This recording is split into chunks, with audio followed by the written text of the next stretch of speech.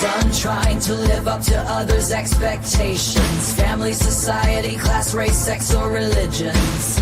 It's time to break free from the isms that make us feel like we're in prison. I'm ready to be unleashed as fuck. I'm ready to be unleashed as fuck.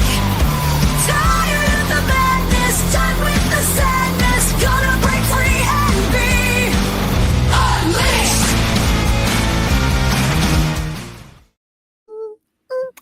Hello, beautiful peeps.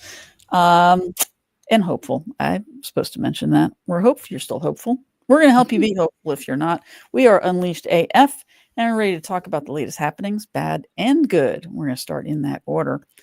Quick mention, this is our 1-year anniversary. Yay! We are one. We are one. We're one. I'm Deidre Beecham, Power Voice Activator for women who refuse to stay stuck. I left a religious cult, came out of the closet, and walked away from a 20-year marriage based on nice girl training and the patriarchy. Over 27 months, I rewired my mind, brain. I should say brain. I think it's more of a rewiring of your, could be mind, doesn't matter. Reclaim my power. Yes, I have ADHD. And now I dare nice girls to unmask their power voice, take up space, and lead like the badasses they are. That's right. And with ADHD, there's more wires to wire. It gets a little confusing. You're like right. the MacGyver thing. Do I cut the red wire or the green wire? Sometimes it's both. Yeah. All right. And I'm Jenny Battig, hypno coach and human factors engineer. I empower people to tap into their subconscious superpowers to be used for good, of course, and to help you own and to achieve their full potential. Sorry, I skipped over to what I'm doing to what we're doing. Welcome to Unleashed AF, the podcast where we are helping you unleash your greatness and your authentic self. Mm-hmm. If you're enjoying our shows, be sure to like, share, follow, subscribe, all those social media verbs, and drop your thoughts, questions, or suggestions in the chat or comments so that we can get back to you. Or you can go to our website, unleashedafpodcast.com, and go to the WWJDD page. That stands for What Would Jenny and Deidre Do? What would they do? We do this podcast for you, and we love hearing from you.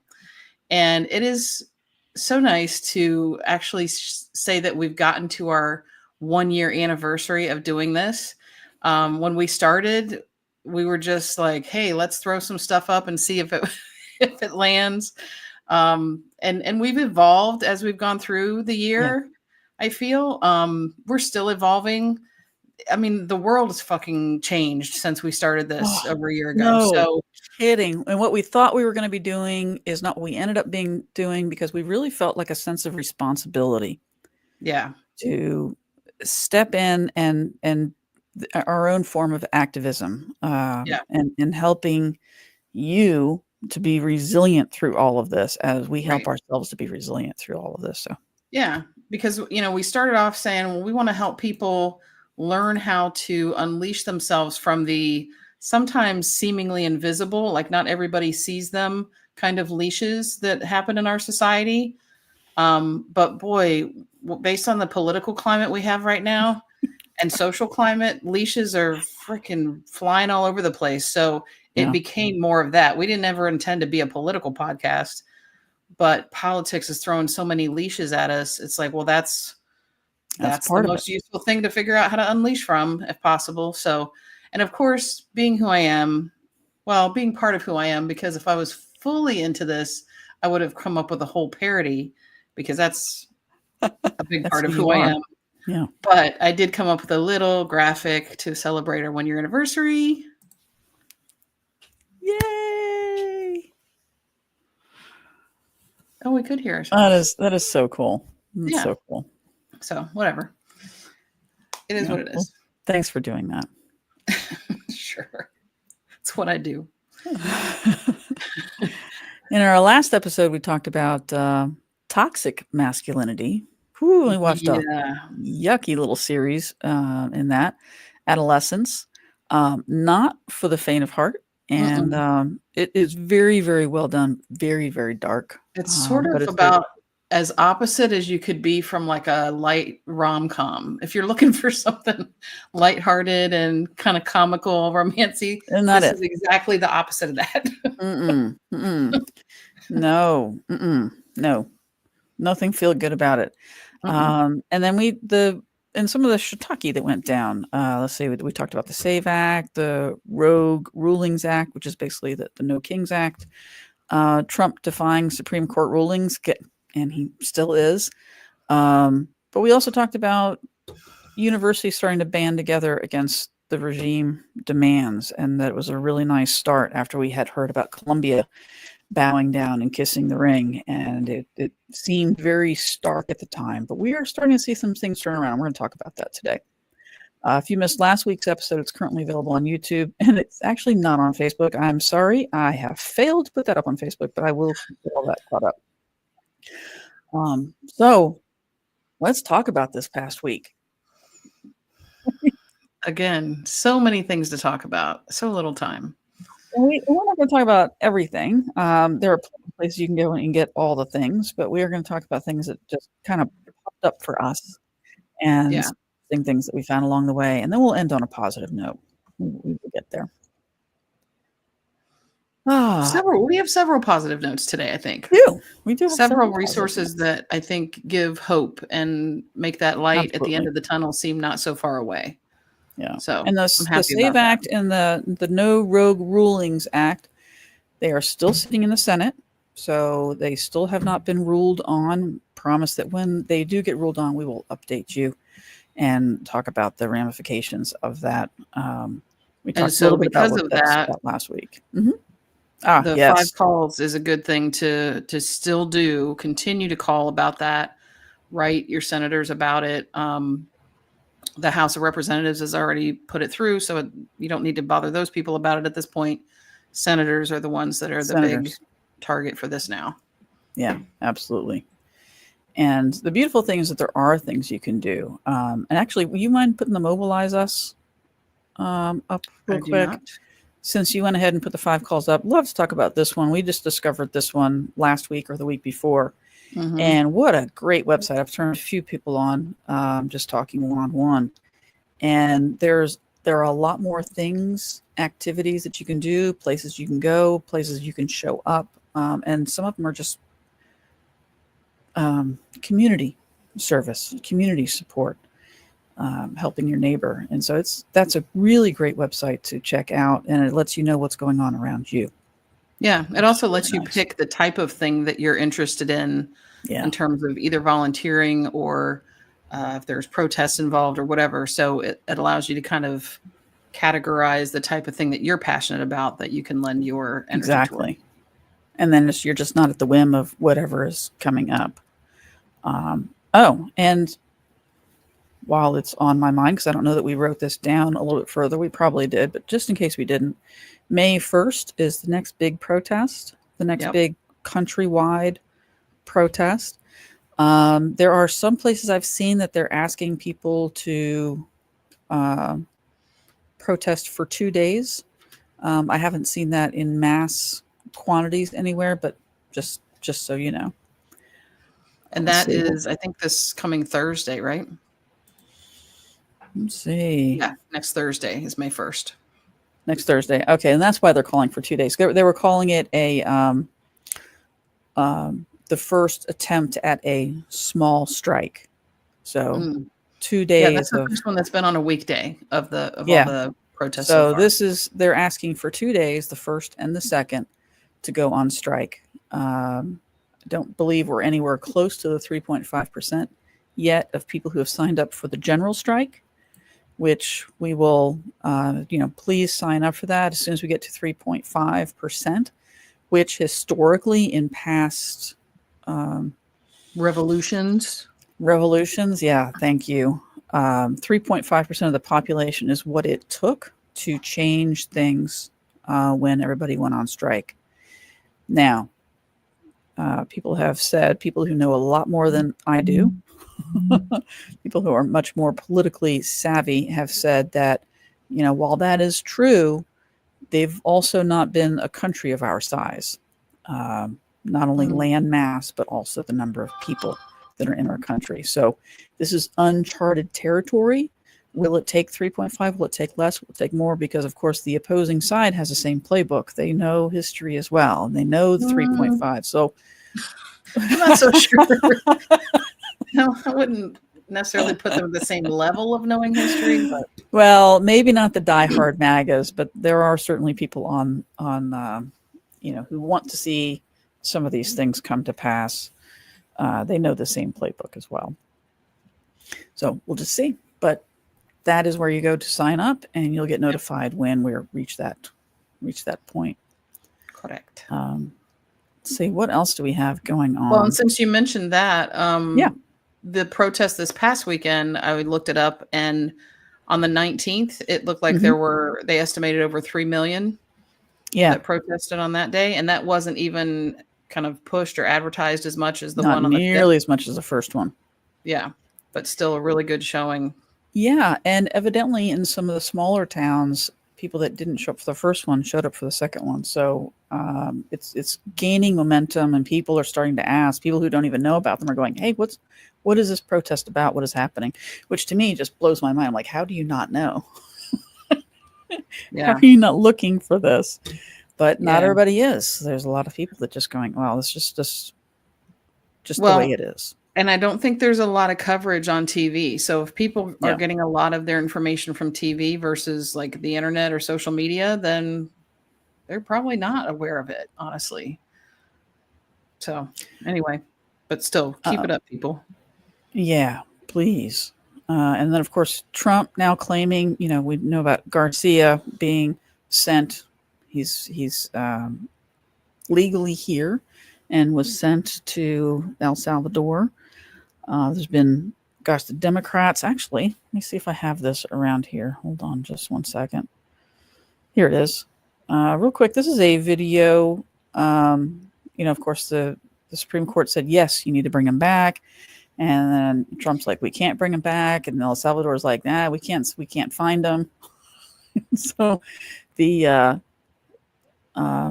Democratic can't find him. Yeah. Oh, I don't have a video of this. Sorry, I have a video of something else. But a group of Democrats against the requests of Trump, or let's just say the regime, went down to El Salvador to visit the prison. And so there are people fighting. They did. And now Trump is claiming that, no, he's a part of a gang. And saying that the tattoos on his hand have to do with some violent gang. Anyway, it's just crazy. It's just another excuse to not follow Supreme Court's decision. And while we keep hearing these horrible, horrible things, I do want to share this video because we don't hear about this enough, about what people in positions of power are doing to combat this regime. So let's just share this real quick. If anyone asks you about these executive orders, and it's not very loud at all. So turn up your volume and see if we can hear any of it. But it's really excellent.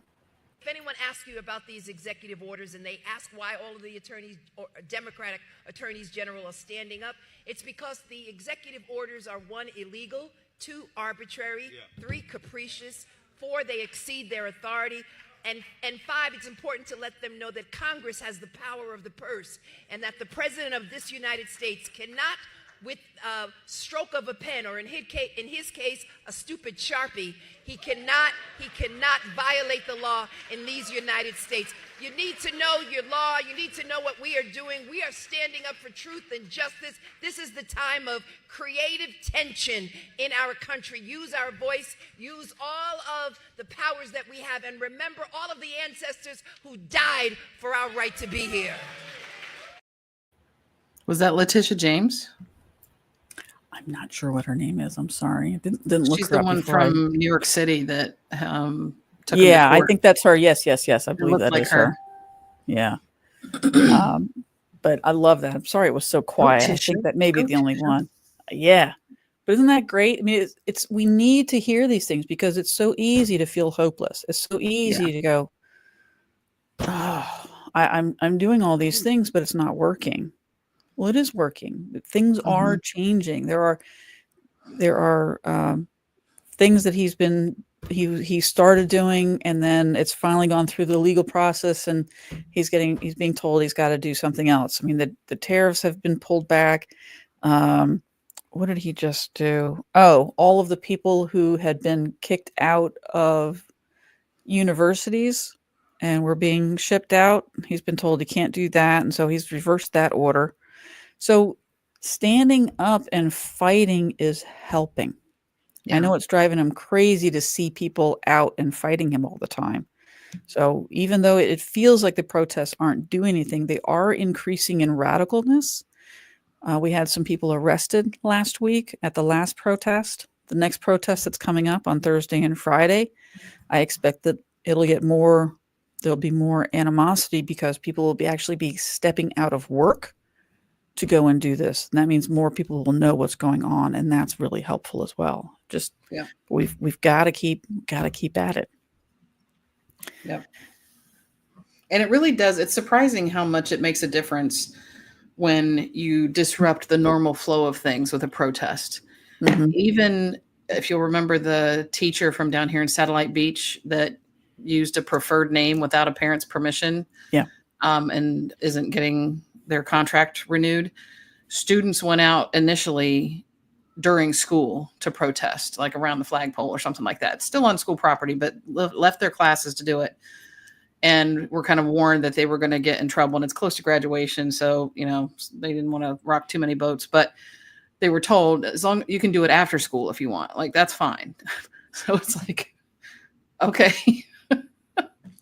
So it really does seem to make a bigger difference to people when you disrupt the normal flow of things, meaning typical work hours and stuff like that. Yeah.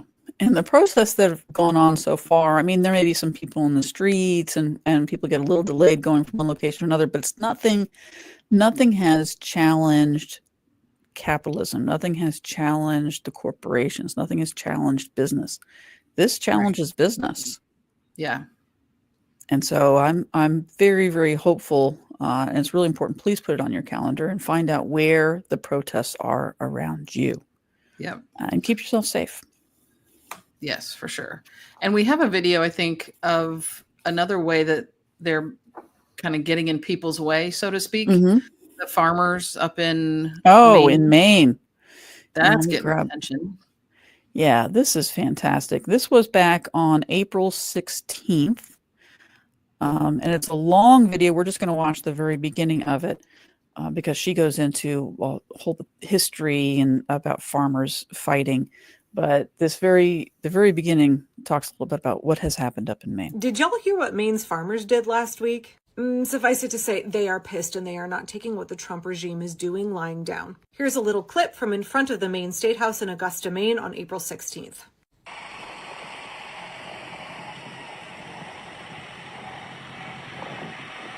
Kevin Miller from Maine Public Radio covered the event. The title of his article is Maine Farmers Call on USDA to Restore Funds and Staff. So farmers are pissed. And so here they are just taking their tractors right in the middle of Main Street and just parking, which is what they did in France. And even in France, they actually came with tractors full of and trailers full of manure. And they kept dumping, pulling up and dumping the manure. But hey, it's a start. Yep. It's a start. And it's important that this is happening, that these kind of protests are happening because of what's happening on the other side. And I'd love to either share what happened to Tori Dunlop or the video from the woman, Lancaster, California, about the mayor there. Yeah. Let's go with the mayor because that's just heinous. Let's share what's happening here. What I want to do is give them free fentanyl. I mean, that's what I want to do. Do what? I want to give them free fentanyl. I can't understand what you're saying. You wanted to get them what? I want to give them all the fentanyl they want. So in the end, the lady who's asking the question, she says, "Well, that's just not nice." And yeah, so what he's saying is there's a homeless population in Lancaster, California, and he said his solution is that he just wants to give them all the fentanyl they want. And then she says, "Excuse me?" He says, "Yeah, I want to give them all the fentanyl that they want." And so she asked one more time because she can't believe what she's hearing. "I want them to have all the fentanyl they want." So basically, I'd just like to kill him. Just going to kill him with drugs. That's what he wants. And so that's why this is important, because this is the kind of stuff that happens. These are the kind of things that people think that they can do when they're given permission and seeing it happen by the higher ups. Yeah. And it's like giving them permission to just be horrible, horrible people. Which in some ways, that is, or has some links, I think, even to the stuff that has come out from like RFK Jr. recently, because he's trying to paint this really negative picture about autism and saying these people don't contribute to society. They're never going to live a decent life. They're never going to, but he started with, these people will never pay taxes. Which is like, well, I wonder what your priority is. We only care about citizens if they pay taxes. Yeah. I mean, there were a lot of harsh responses to that, rightly so. And there should be. I mean, creating a registry of any illness, I mean, that harkens back to all sorts of horrible, horrible people. And one of the first things you can think of, at least the first people that I can think of, is the Nazis. I mean, that regime certainly put handicap and mental disabilities and put people on a list, and they were some of the first people that were killed. Yep. Mm. Yeah. And it's somewhat shocking to think that the person who is put at the head of the Department of Health and Human Services has that poor an understanding of the autism spectrum. Because there are many, many, many, many high functioning people with autism. In fact, Mr. Musk, I believe, is on the autism spectrum. Yes, he certainly is. Now, I would agree he doesn't pay taxes, so they got him on that. Oh, yeah. Yeah. But, it's just so ludicrous. They say it as if it's always them. It's always the other people.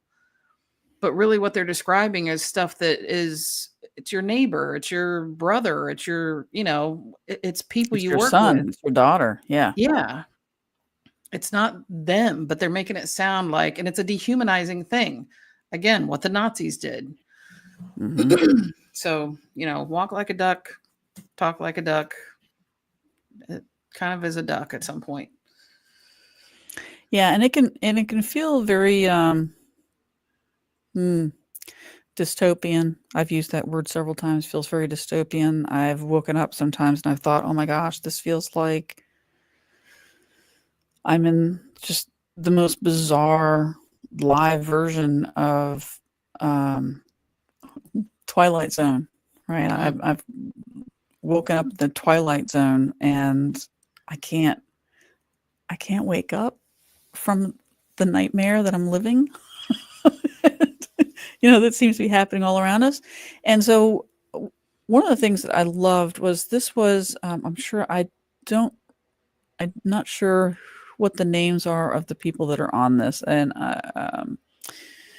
Jenny may know. But, I'm going to go ahead and show this because this is talking about the despair and how we can move from despair into hope, even when there doesn't seem to be any hope. And that depends on where you are. I definitely see hope. Do you see hope, Jenny? Yeah, I do. I see lots of hope. I see a lot of people doing a lot of the things that are going to help this turn around. And I don't believe we're going to go full bore. Are people going to get hurt? I do believe so. People are already getting hurt. Mhm. But I loved what was said. This was on a podcast. I'm not sure what the name of the podcast is even, but take a listen to this. We are in this place where autocracy is on the march, is going to be difficult. But we also know that if the generation that experienced, the previous retrenchment had despaired, we wouldn't be here. I wouldn't be here, right? You wouldn't be here, right? Uh-oh, Heather, you just turned it around for me. You had me going. I was heading down into the hole, Heather. You just turned it around for me. Keep it going, Heather. They didn't despair. What did they do, Heather? If they had despaired, we wouldn't be here, right? They said that there is a wall in front of us and I'm going to keep hammering at it. And I may not be the one to see it fall down, this wall of injustice, right? But it will fall down because of the blows that I made. That's our job. That's our job right now in this moment, to keep hammering at the wall of injustice, to adapt, to be smarter, to be more persuasive, Right. to find new ways to bring people in and call people in. Yeah. So it goes on for another minute, but I love that. Yeah. And I will tell you that is Jon Stewart's podcast, The Weekly Show. He's the one that used to be on The Daily Show on Comedy Central all the time. And he has had several really good guests on there recently, just within the last few months. Well, since all this shit has started to happen, since Trump went in. He had a great show where he talked to AOC, and she was just, upright and honest. She's like, we've got to get the money out of politics. Like, that's just how it is at this point. Oh, yeah. He had a great interview with Pete Buttigieg. And then this lady, I don't remember what her position is, but yeah, God, they talked about so much good stuff. So it's really, I encourage people to catch that show.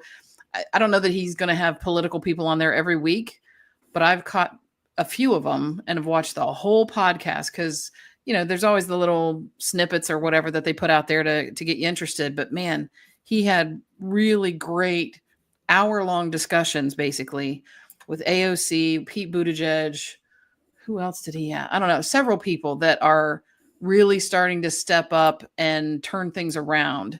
And that's part of why I think I do feel more hope, because not only, AOC being on that podcast and some of the stuff she was saying about getting money out of politics, but now, she and Bernie are banding together and going on this tour across the nation that is fighting the oligarchy, which by definition is we got to get the money out of politics.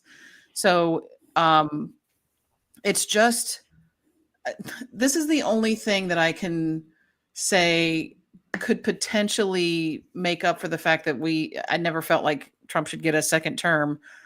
But if it took him doing this crazy shit to really wake even the Democratic Party up to go, okay, we can't stay status quo. We've got to make some radical changes. Everybody's going to have to bite the bullet and do shit in a different way, because we can't let the country keep going this way. Oh, and we didn't put this on our list. It just popped into my head. Have you heard about the new, I know he's in Congress. I'm not sure if he's a senator or representative, but he is calling to primary older Democrats with younger Democrats. Have you heard about this? But I love it. This is huge, because he's getting a lot of flack inside the Democratic Party. And I'm all for it. I think AOC is for it. Pete Buttigieg is for it. I would be shocked if Bernie isn't for it, but I don't know that. Sure. But how cool. I think it's great, because I think there are too many Democrats that are just sitting there and doing the same thing the Republicans have been doing. Just toeing the line. Whatever the line says, that's what we're going to do. Wherever my money's coming from, that's what I'm going to say. That's how I'm going to vote. And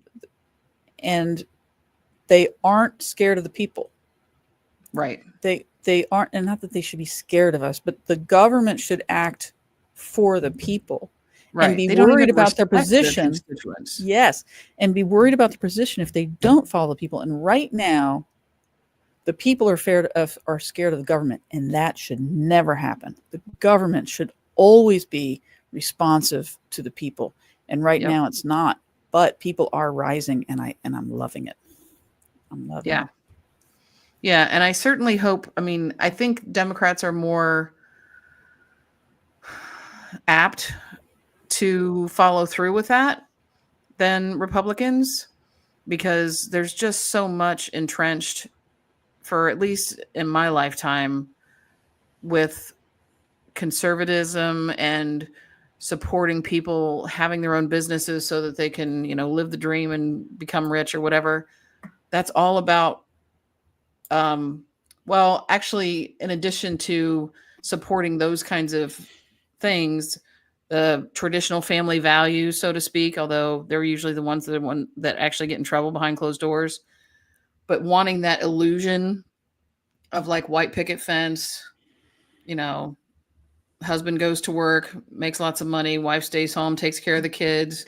Pension plan, That's pay sort of you. Yeah. their big sell job on that side. And it's part of why they get away with keeping white men in charge for the most part, because that's who's supposed to go off from home and do the stuff, make the money and everything.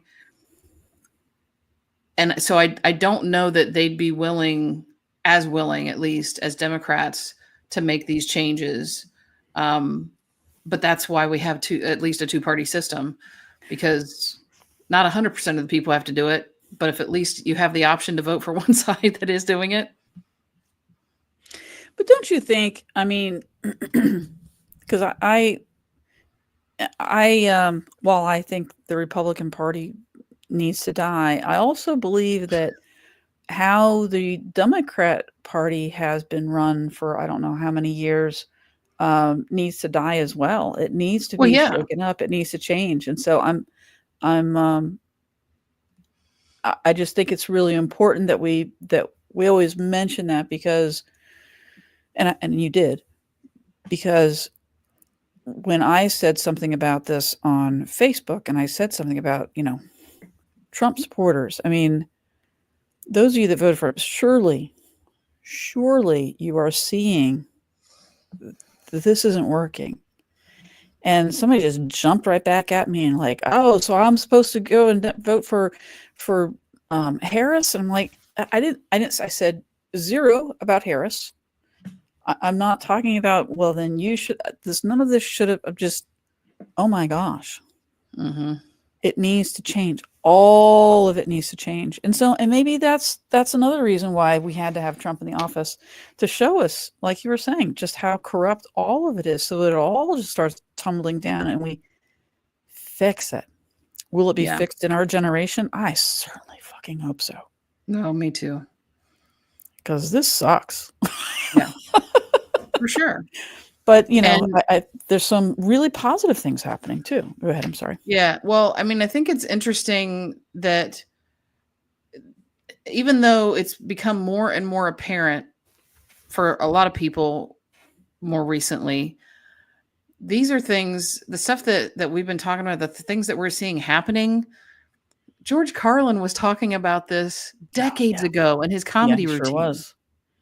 He could see it coming a mile away. I mean, hundreds of miles away, really, at that point. And I love that whole skit that he does. I know I've listened to it several times, and we don't have that uploaded, but we do have Bernie. Mm-hmm. I think go ahead and play Bernie, because Bernie knew too. Yep. Video of Bernie Sanders 21 years ago explaining how the Republicans win, even though no one likes their actual policies. If you are the Republican leadership, and this is what your goals are to give huge tax breaks to the very richest people in this country. Your goals are ultimately to privatize Social Security so that Wall Street can make money from that. Privatize Medicare so the insurance companies can make more money. Privatize education. Do away with public schools. Now, if you had an agenda like that and you went before the American people, tax breaks for the rich, destruction of Medicare, destruction of Social Security as we know it, lowering the minimum wage or abolishing it, how many votes do you think you'd get? Not a whole lot. Maybe the richest 1% would vote for you. But that's not a lot of votes. So what do? I've got a problem. You package it. How do you package it? And here I want you to pay attention to me. This is bad stuff. What you do is divide people up. You divide people up by races. Affirmative action becomes one issue. All them black people are getting the jobs that we white people used to have. Split people, working class, white against black, instead of working together to create decent jobs for all. Those uppity women now, they want the right to choose. We'll split people on the abortion issue. We'll split people up on the gun issue. We'll split people up on religious issues. You follow what I'm saying? So you split people up, and then they end up, if you're a middle-class person, voting against your own interests, and the rich go laughing all the way to the bank.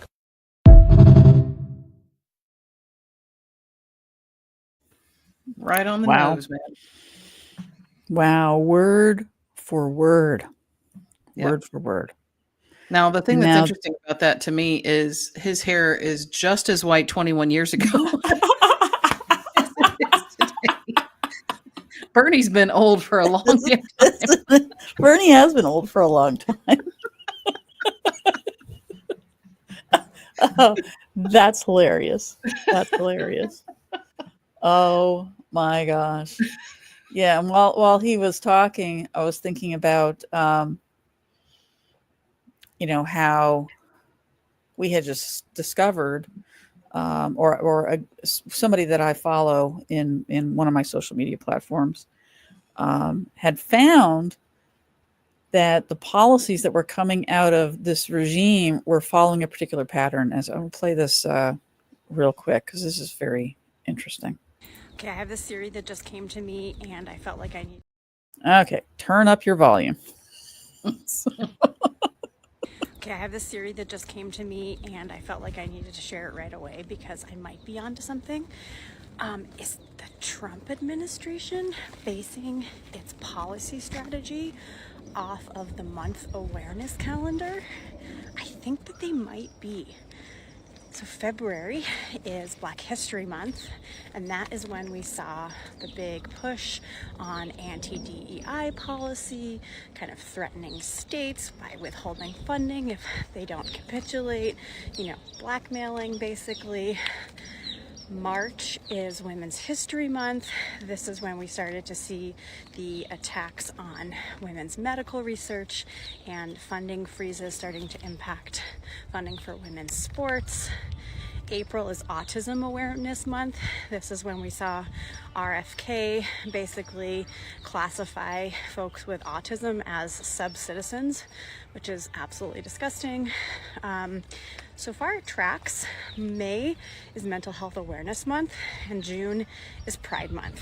And so if the pattern keeps up, we may be in for a rocky ride. So hold on to your britches, folks.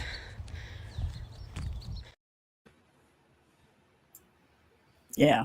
Yep. But that was really interesting. And you and I both looked at it and we're like, wow, it really does seem to be tracking. And I saw some comments somewhere and somebody said, do you really think that they planned it out that way? Or does the month come up and people start talking about something like, yeah, we hate that too? Either way. Either way, it is happening. Yeah. And I know that some people, and I've been there too, and I'm sure you have too. I've been worried about, because you hear these stories about martial law. Martial law is going to happen. Martial law is going to happen. Then you hear people leaving. There are people leaving the country, and it can be overwhelming, and then thinking about the military. I had somebody talk to me. I had a friend talk to me, and they said, "I'm worried about the military." She's Black. And she says, I'm worried about the military. She says, the military's hurt us. And she's right. I've done the research. She's right. And so we're going to share this. I think you had found this about the military and the Constitution. You want to go ahead and play that one real quick? Sure. I do solemnly swear to protect the Constitution against all enemies, foreign and domestic. Wait, domestic? Yes. What's that mean? Espionage, cyber attacks, insurrection, stuff like that? Oh, okay, so it's just the people. No, it could be the government too. Wait, how's that work? Say they ignore checks and balances, violate civil liberties, suppress free speech and press, or violate court orders. And what happens if they do that? Well, then they may be acting in opposition to the Constitution and may be considered a domestic threat. Okay. The Founding Fathers wrote the Constitution, which we followed. They also wrote the Bill of Rights. Within that Bill of Rights, the separation of powers keeps any one branch of the government from being too powerful. You know, it protects tyranny from within. So then what? The military steps in? No, the military should be absolutely last resort. There's court, there's legal, there's debates, there's all this stuff prior to the military intervention. But if they do, the military follows orders blindly, right? No, actually, in fact, the UCMJ prohibits military members from acting on unlawful orders. But wouldn't they get charged? You're talking about UCMJ Article 92, I guess? Well, that states failure to obey a lawful order is punishable. Keyword lawfully. It has to be a lawful order. But what happens if they were given an unlawful order? Then hopefully they remember their oath to the Constitution and the people, and not just one person or ideology. Okay, thanks for explaining that to me. That makes way more sense now. Yeah, I mean, as long as nobody suppresses free speech, detains people unlawfully, gives them no due process, treats them unfairly, discriminates on race, gender, or age, ignores Supreme Court decisions, ignores subpoenas and rulings, then we should be good. Oh, cool. Yeah, which have all happened, right? Check, and check. So it helped me too, though, to realize, because I've heard some people, why isn't the military doing something now? Well, it's a last resort.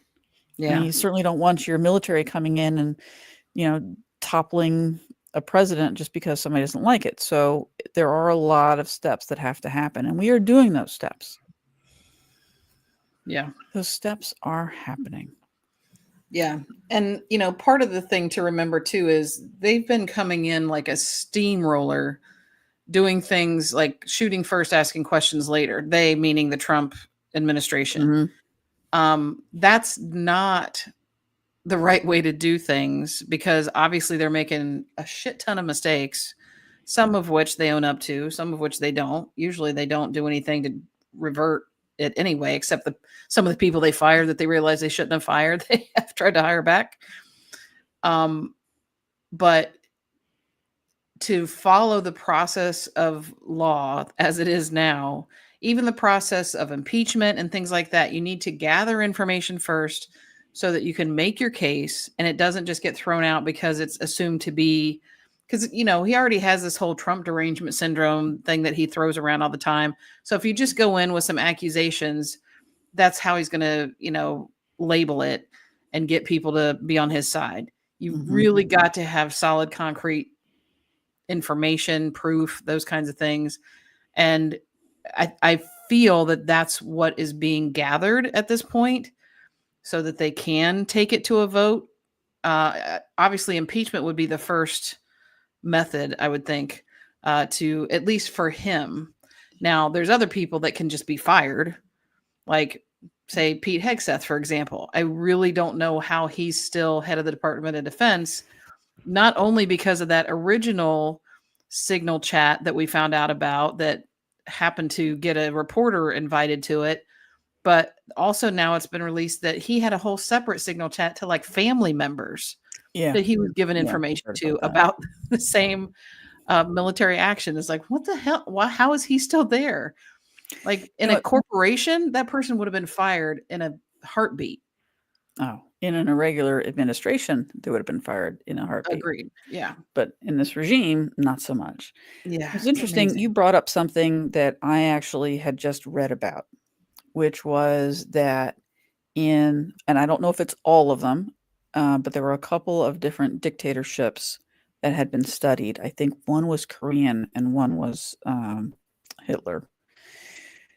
Anyway, what they found, or what happened, what eventually toppled the regime administration, was going after the support.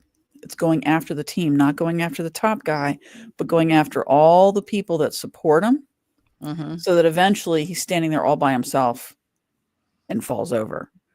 And so the point that you made, that, there are these people that are corrupt and that they need to be gotten rid of. That's true. And that is how we're going to be able to get there eventually. I hope. I think we will. And I honestly don't know what the process would be. I mean, obviously the process that we have seen play out before is if something happens to the president where he can't serve anymore, the vice president takes over, but he's equally corrupt and complicit. I mean, he would have to be a part of the whole judgment, I would imagine. So I don't know how far down it would end up going in terms of who would be next in line. But and actually that just reminded me of something else, not a nationwide thing, but there's also, I've seen several places now that there's a big controversy around Ron DeSantis and his wife taking tax dollars, $10 million, diverting it to her charity, which then in a roundabout way supported his campaign, I think, or something. Mm-hmm. Oh, man. But was it surprising? Well, Coming only from because DeSantis? there hadn't been other rumblings about him being corrupt like that before. But in terms of Republican Party, not at all. In fact, as I was reading it, I thought, oh, wait, Not isn't even a this the little. same playbook that Rick Scott did with his hospitals or healthcare companies that he had? Yeah. He stole from the VA even for that Yeah. stuff. It's like unbelievable. So corrupt. It's unbelievable. And then he went on to be in the Senate. Like, there really needs to be a part of the thing that needs to change. Yes, we absolutely need to get money out of politics so that people can't buy the people that are in there and buy their decisions they're making. Yeah. Another thing that needs to happen is a change to who's qualified Oh my to hold goodness. office. Seriously. Because people who have, anybody that has felony counts or felony charges, felony convictions, let's say, not just charges, but convictions, should not be in government. They really, from my Agreed. understanding of a full-on background check to even be an employee at a contractor for the government, you shouldn't have that kind of shit in your background because it can be used against you. Yep. So how is it okay that the people actually making the decisions can have that background? That needs to Blows change. my mind. Blows That my needs mind. to change. I don't know. That's probably the one thing that I would potentially be passionate enough about to find out how many signatures does it take for the people to add something to, vote at the federal level, because why it hasn't been done so far is completely beyond me. Although there's also a video I've seen several times, and you've probably seen it too, where I don't know who it is, somebody in Congress has the mic and he's saying, I want you to tell me if you think that what I'm listing off is representing the NBA or the NFL. And he lists off this many arrests, this many DUIs, this many whatever, this many bankruptcies. And it turns out that the answer was Congress. Yeah. Neither of those two things. It's Congress. It's Congress. So that's part of why something like that hasn't gone through. But most of what he mentioned weren't felony type of things. But we have got to raise the standards for who's even allowed to hold office and represent us. And then if you're in office and you can get convicted of sexual assault, you fucking get out of there. You're out of there. Out. Yeah. I don't understand. I just don't get it. Yeah. But here's some good news. Let's end on some good news here. We have some good things coming. Use your voice. We just have a couple of seconds. This is Edie Falco. And I just love this.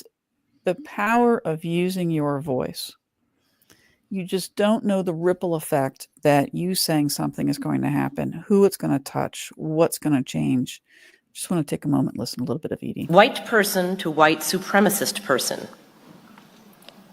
What is wrong with you? People of European heritage are doing just fine in the world. They run most of the world's institutions, hold much of the world's wealth, replicate as frequently as other humans. You're not in any danger here. The world is changing, that's true. Others want a piece of the pie. They work for it, strive for it, and earn it. technology, robotics, is having a greater effect on your job prospects than immigrants. Yeah, it goes on, but it was so powerful to hear somebody talking about that and being right up front. Right now, what is it? Pam Bondi's putting together an anti-Christian coalition to weed out all the anti-Christian sentiment in the federal government. And that whole thing is just so disturbing. While from where we were talking earlier, and I did some research and I read this whole page. This is our federal government, Office of Public Affairs, U.S. Department of Justice, Attorney General Pamela Bondi hosts first task force meeting to eradicate anti-Christian bias in the federal government. If you actually go and read it, it's very disturbing, very disturbing what they say. And there's a click where you can go and read what the executive order says, and it's just disgusting. There's a lot of mention about LGBT in that. But really good things. We had talked last week. I don't think we talked about this yet. We had talked last week about how the universities and colleges were coming together. There's like 20 or so that had gotten together.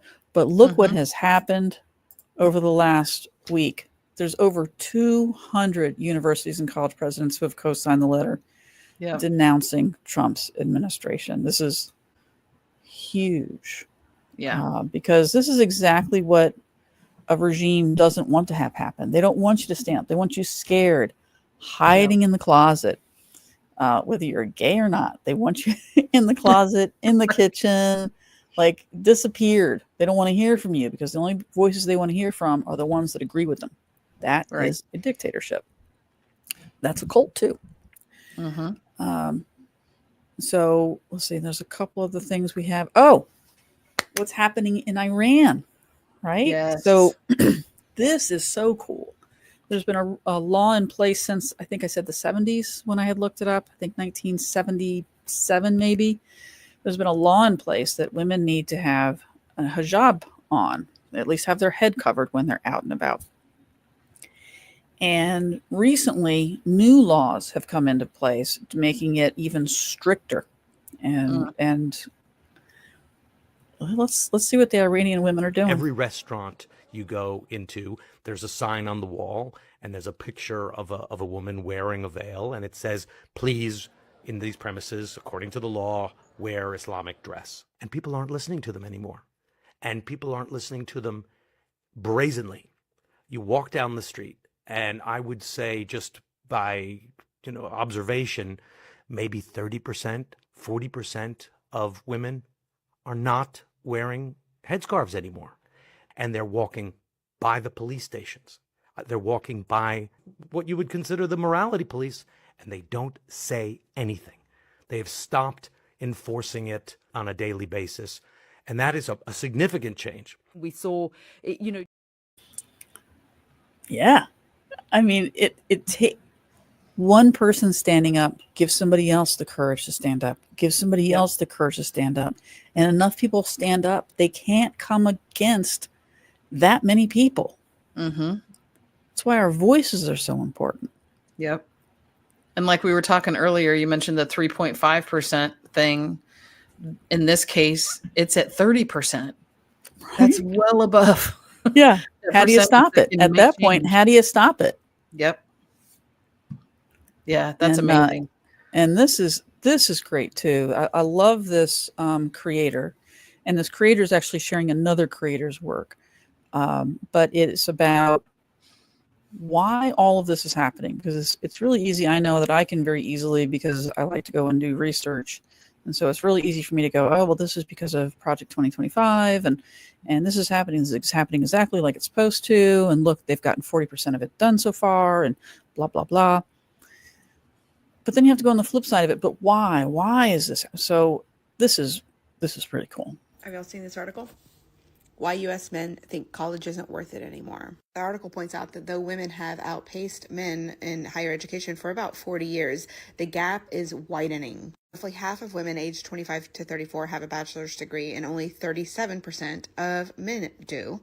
And between 2011 and 2022, the number of Americans attending college dropped by 1.2 million, with men accounting for almost the entirety of that drop. Now, there are, of course, valid debates about the value of college in comparison to the cost, but the fact remains that people who with college education do make a lot more money over their lifetime of their career, and it's also the case that most positions of influence and power in the society are held by people with higher education. The increasing number of women getting college degrees and the decreasing number of men getting college degrees, they're not unrelated. In fact, one of them is causing the other. We have seen this historically in so many spaces. As soon as a space becomes majority women, or women are doing better in that space, men start willingly opting out. Because not only does patriarchy tell them that their masculinity is predicated on not being like women and not being associated with things that might be considered feminine, but patriarchy doesn't just tell men that they have to be different from women. It tells them they have to be better than women. So if there's a space where women are outperforming men, men are going to willingly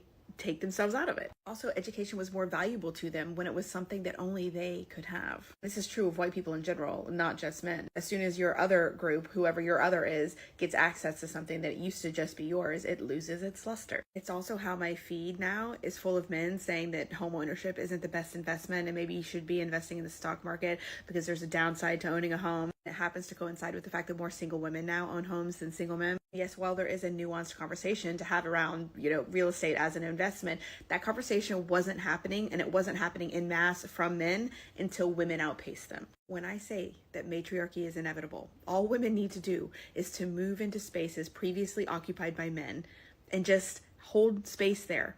Hold space, and they will eventually leave. Hell, if we just get enough women in local government leadership, the men will peace out. And local government leadership is ordinarily the path to higher political leadership. If the men start opting out at the lower levels, there won't be any men to pull from at the higher levels. Women don't have to take control by force. They just have to take up space. And no, not like Katy Perry taking up space.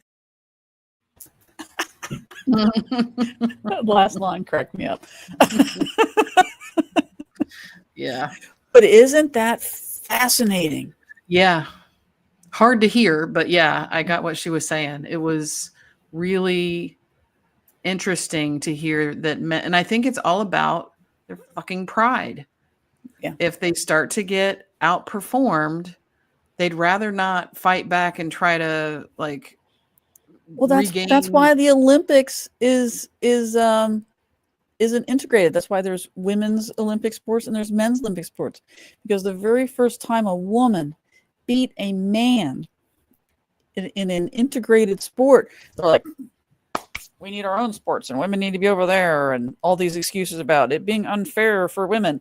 No, it's because you got beat and your egos couldn't handle it. Crazy thing. Yeah. And I want to end with a funny. Well, before we get there, there were a couple other things. Oh yeah. Yeah, a couple other things I wanted to share that were positive, again, light is getting brighter at the end of the tunnel kind of things. There's this lady who, once they removed Black history classes from schools, she decided to launch her own Black history classes, which, the fact that the community responded the way they did, amazing. That's awesome. That's very great news.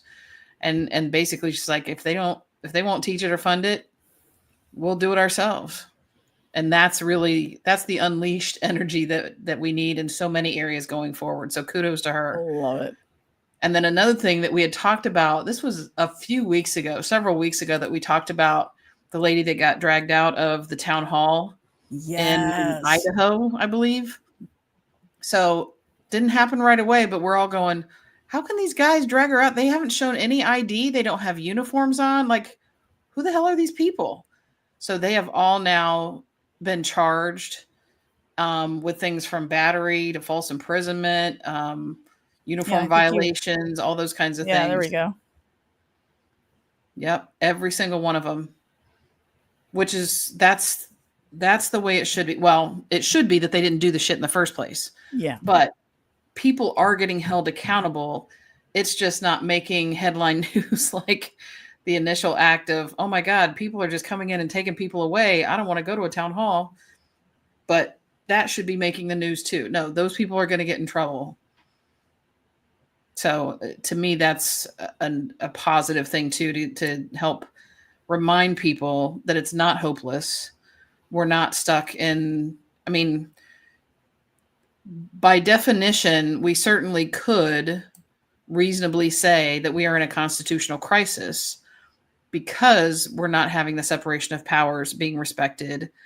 However, there are still things that are sticking to the norms of the flow of law and justice and things like that. So it's not like everything is gone to hell in a handbasket. Processes are still working at that higher level. It's just going to take a while, I think. I do not believe Trump is going to see the end of this term. You know, I said that about his entire first administration. But he wasn't won't this, make it. It wasn't this bad. It wasn't this bad. You're very right. And along those lines, even, it's pretty bad when the billionaires start turning against you because, of course, he's doing this for the billionaires. And this is Ken Griffin. Just a couple of moments of Ken Griffin. Ken Griffin, never heard of him before. Probably never hear of him again, but he is a billionaire. And he came out and had a few things to say about what's going on. Right now, we're hearing more from the market folks who catch this stuff first. Here's a billionaire investor, Ken Griffin. And he says, what Trump is doing has tarnished the American brand. The American brand, right? The United States was more than just a nation. It's a brand. It's a universal brand, whether it's our culture, our financial strength, our military strength. America rose beyond just being a country. It was like an aspiration for most of the world. And we're eroding that brand right now. Yeah, that brand is being eroded. So it's not good news going along with what you were saying that these, we're seeing positive things. I think that's a positive thing. If you have a billionaire coming and starting to say something, hopefully there'll be a ripple effect and we'll have other billionaires because that's actually our greatest enemy right now. I mean, we all want to say, well, it's Trump. Yeah, but the corporations and the billionaires that are taking advantage of the policies that Trump is enacting and propping him up and protecting him. Yes. Is a huge problem. A huge problem. So it's really good to see that. And I would never condone this. I have to preface.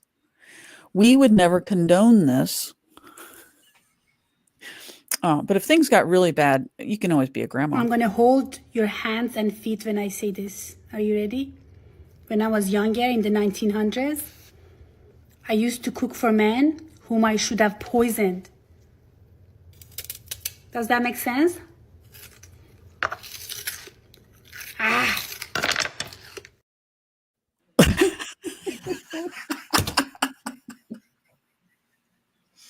She cracks me up. She comes up with funny things every week, but that one just cracked me up. I'll bring that out here. We don't condone that, and we're not there. Right.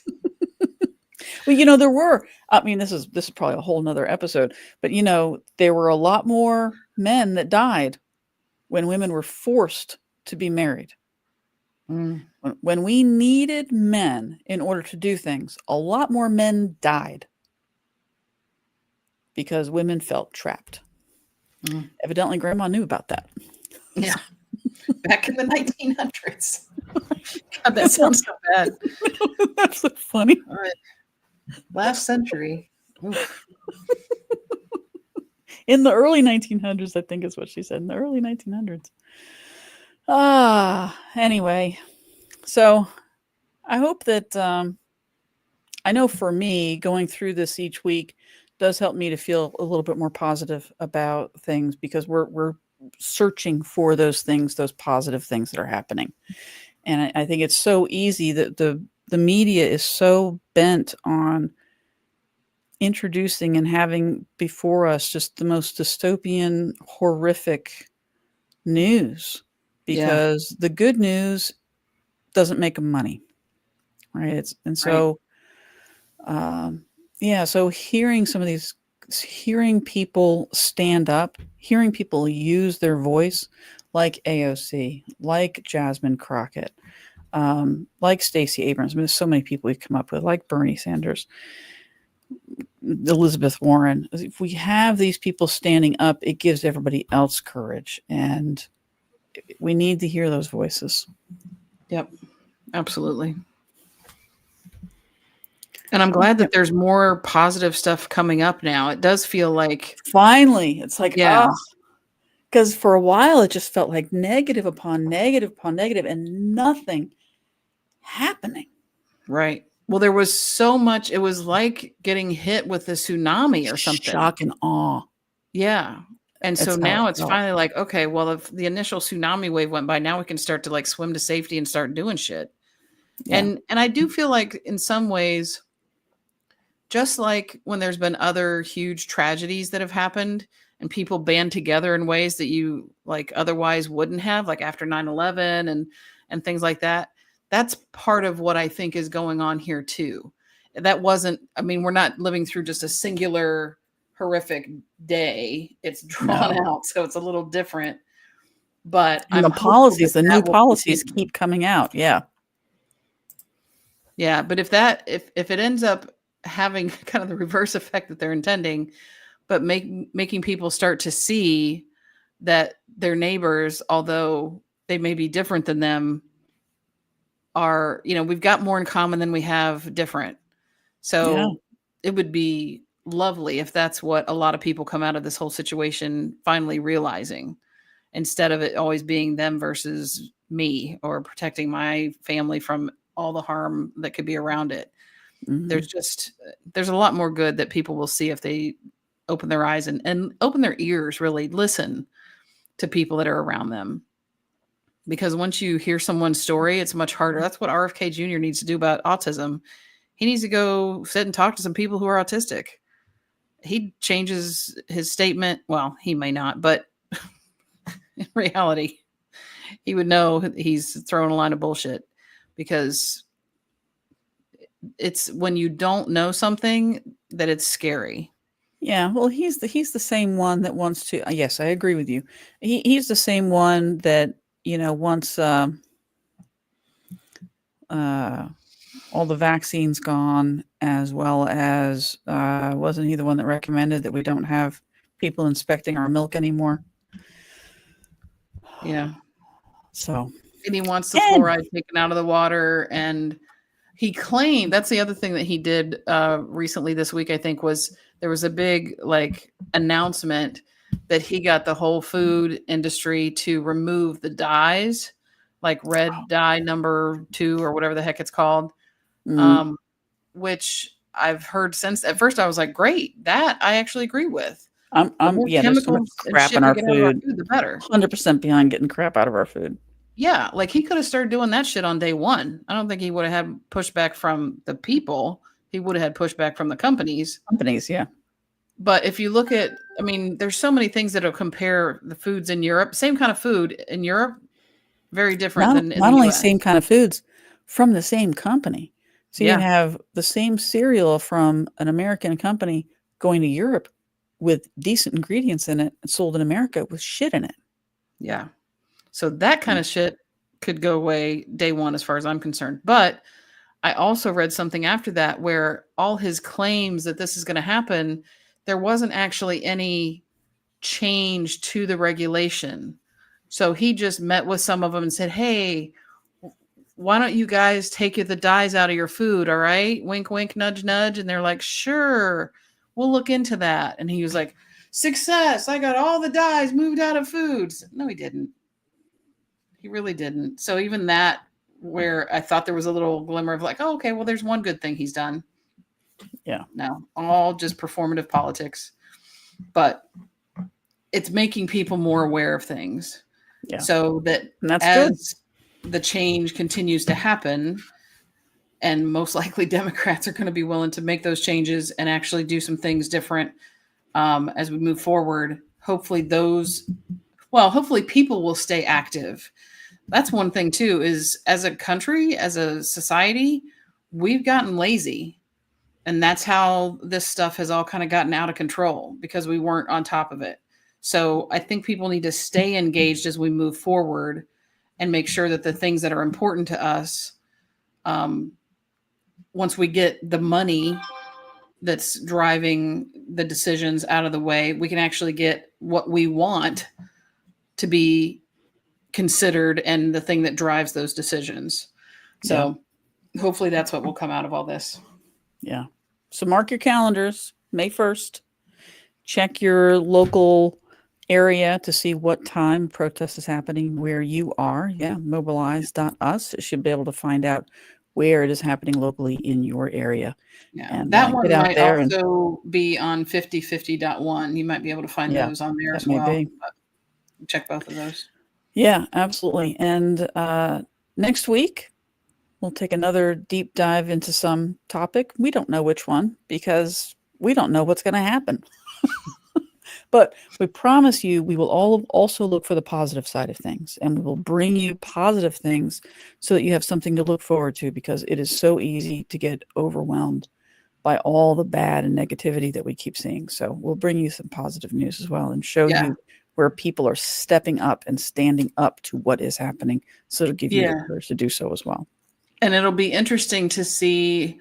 I was raised Catholic, but I don't know, because it's only happened a couple times in my lifetime, how long it's going to take them to replace the Pope since he passed away. Pope passing away. Mm-hmm. But, it would be amazing if they were to select another fairly progressive Pope that will keep even that community kind of on the open your mind kind of road, instead of taking them back to more traditional.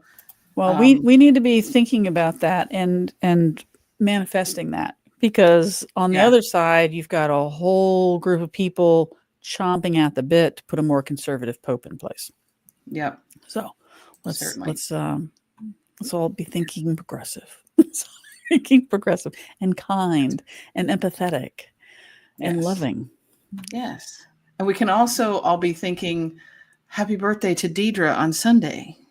Aw, you're so sweet. Yes, it is my birthday. We could all be thinking that and putting our energy towards a happy birthday for Thank Deidre. you. Yes, I'm very excited.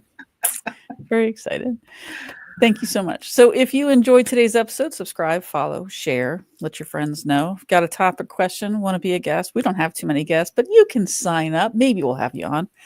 Yeah. Visit WWJDD at unleashedafpodcast.com. We'd love to hear from you and love to have you listen to our show and get unleashed. That's right. And until next time, get unleashed. Yeah. All right. Take care. I'm done trying to live up to others' expectations. Family, society, class, race, sex, or religions. It's time to break free from the isms that make us feel like we're in prison. I'm ready to be